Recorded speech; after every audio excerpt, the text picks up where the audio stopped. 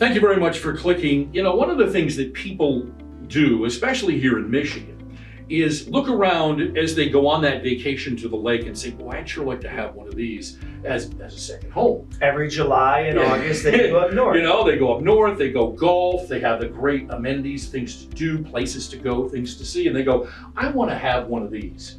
But that second home choice is kind of a difficult one because to get it done right and not blow up a financial plan is probably a good idea to talk to your financial planner about that. So let's talk a little bit about, okay, if you're going to look at this, what are some of the things that you need to consider even just going out the door? You can't just like say, oh, I want that house, I've got the money, we're done. Yeah.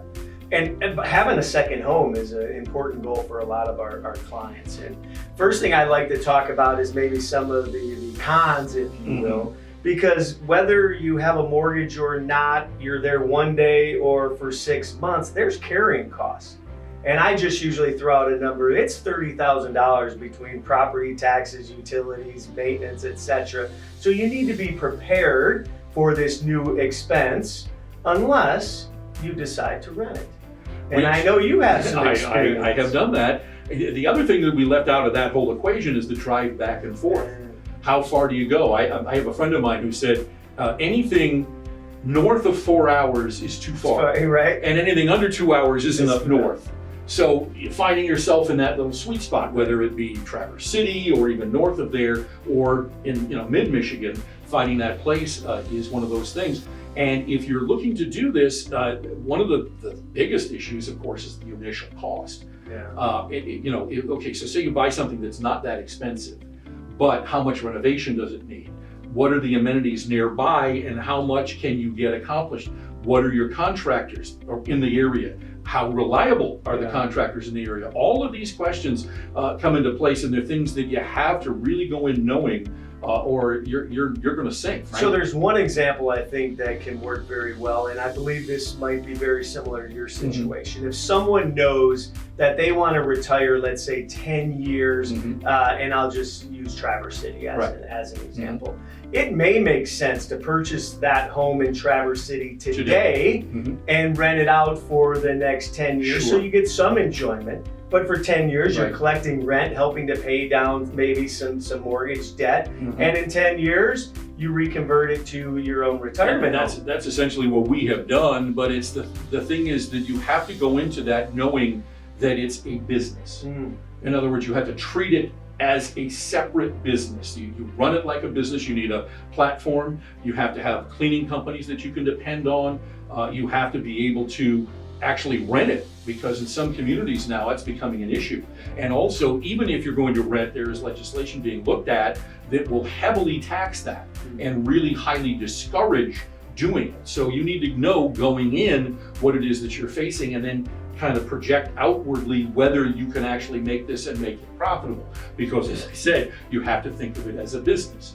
And so, okay, do I do VRBO? Do I do Airbnb? Vastly different platforms. Very important you understand how all of that works. Do you have the time to manage it? Okay, if somebody's going to be ready, do you want to manage it? And if not, then okay, are there rental companies that can manage this for you, and how dependable are they? And so it's a tricky area. It can be done. I've done it. It's actually worked out really well, but you have to, it's probably best to talk to somebody who's done it. So like most financial goals, you have a better chance of success if you actually think through and put a plan together, understand pros and cons, and what the actual cost may be. Right, and understand the notion that it may fail. The plan may not work. Okay, so what's my contingency if this doesn't go the way we want it to? How do we make this continue to work so that it doesn't drag you under? You don't want that either happening to you. Talk about a little bit carrying costs. Give me a little bit more about what that means to the average home buyer. So, we own a home, whether it's a primary or secondary home, we have property taxes to pay, and a second home, usually a little bit higher than a first in many cases. We still need to heat it. We still need potentially air conditioning. If there's a lawn, either we need to do it or pay someone else to do it. So you add all those up, and many times it's in that $20,000 to $30,000 range. There might be homeowners Excuse me, the association the costs? association costs, and you know, the thing is that if you were going to rent it as a business, your taxes double. So that you throw those things in, and so that it's all of these things that you end up having to consider.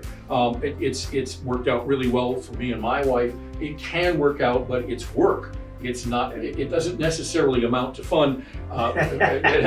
And one of the other things is that the way we have it set up is that there is a rental setup and then a personal use setup. Okay. And that's a physical feat because you need to change that configuration of the place because you know you don't want your personal stuff being used by the renters, Right. and so you have to decide all of that. So there's a big checklist there, but can it be done? Absolutely.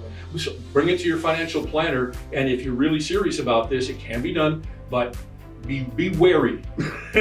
Be ready to spend a lot of money if you think you can make some. So, thank you for watching.